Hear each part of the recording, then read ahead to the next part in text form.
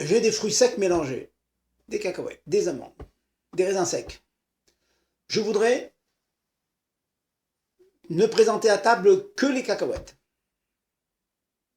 Je peux le faire, je peux les trier de l'ensemble des autres fruits secs, à condition de le faire avec la main, de prendre ceux dont j'ai besoin et de laisser ceux dont je ne veux pas, et ensuite de le faire dans la demi-heure qui précède la consommation. Oui, c'est pas évident, mais si on répond aux 3 conditions en question, cela est permis. Question que vous me demandez, mais éplucher un fruit, je ne prends pas le bon, je suis en train d'enlever le mauvais, je suis en train d'éplucher le fruit pour jeter l'écorce. Certes, c'est une bonne question, mais nos chachamim disent que dans la mesure où le seul moyen d'accéder à l'intérieur du fruit, c'est d'enlever la couche superficielle, ceci, malgré tout, malgré le fait que finalement, je commence par enlever le mauvais pour obtenir le bon, malgré tout, c'est considéré comme derer achila. Ça répond aux fameuses conditions qui font qu'il est permis de trier, qui n'est pas considéré comme un acte prohibé. Je vais vous donner quelques exemples de ce principe. Le vendredi soir, nous avons fait la vaisselle. Sur l'évier, couteau, fourchette, cuillère sont mélangés.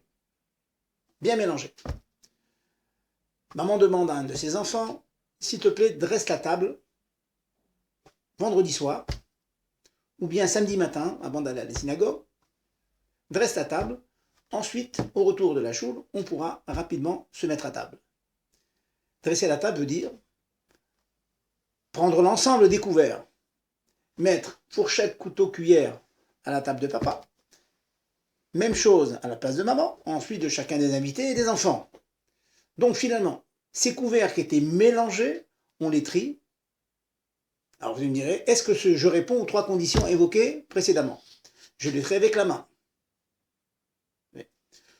Je peux dire que à chaque fois que je prends un couteau, je prends le bon, ce qui m'intéresse, je le mets à la place, papa, maman, enfant, invité. Mais si je le fais le matin, Shabbat matin pour l'heure du repas, ou vendredi soir pour l'heure du repas, il me manquera la 3e condition de faire le tri dans la demi-heure qui précède l'usage du produit trié.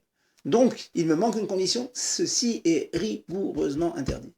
Donc, dresser la table n'est pas interdit, puisque c'est pour Shabbat même. Mettre des assiettes, mettre une nappe sur la table, il n'y a aucune interdiction dans la mesure où vous faites Shabbat pour Shabbat. Shabbat matin pour Shabbat midi. Vendredi soir pour Shabbat midi.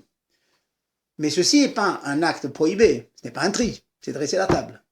Par contre, trier les ustensiles entre eux, mettre les couteaux à leur place, les fourchettes et les cuillères à la place de chacun des invités, ceci est un tri.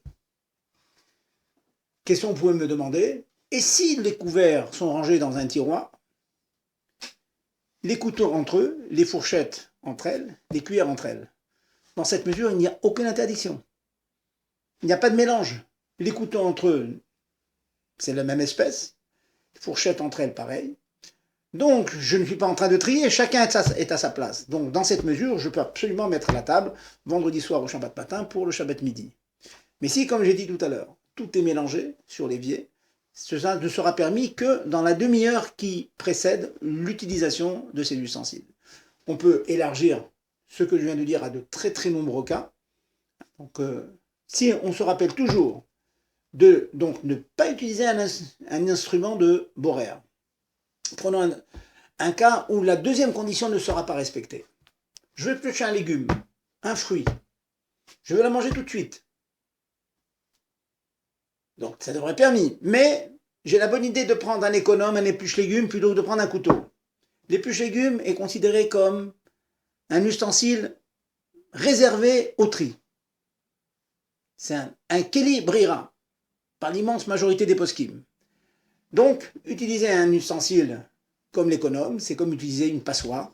Ceci est interdit. Même si mon intention, c'est de prendre le bon du mauvais et d'utiliser tout de suite, manquera la 3e condition.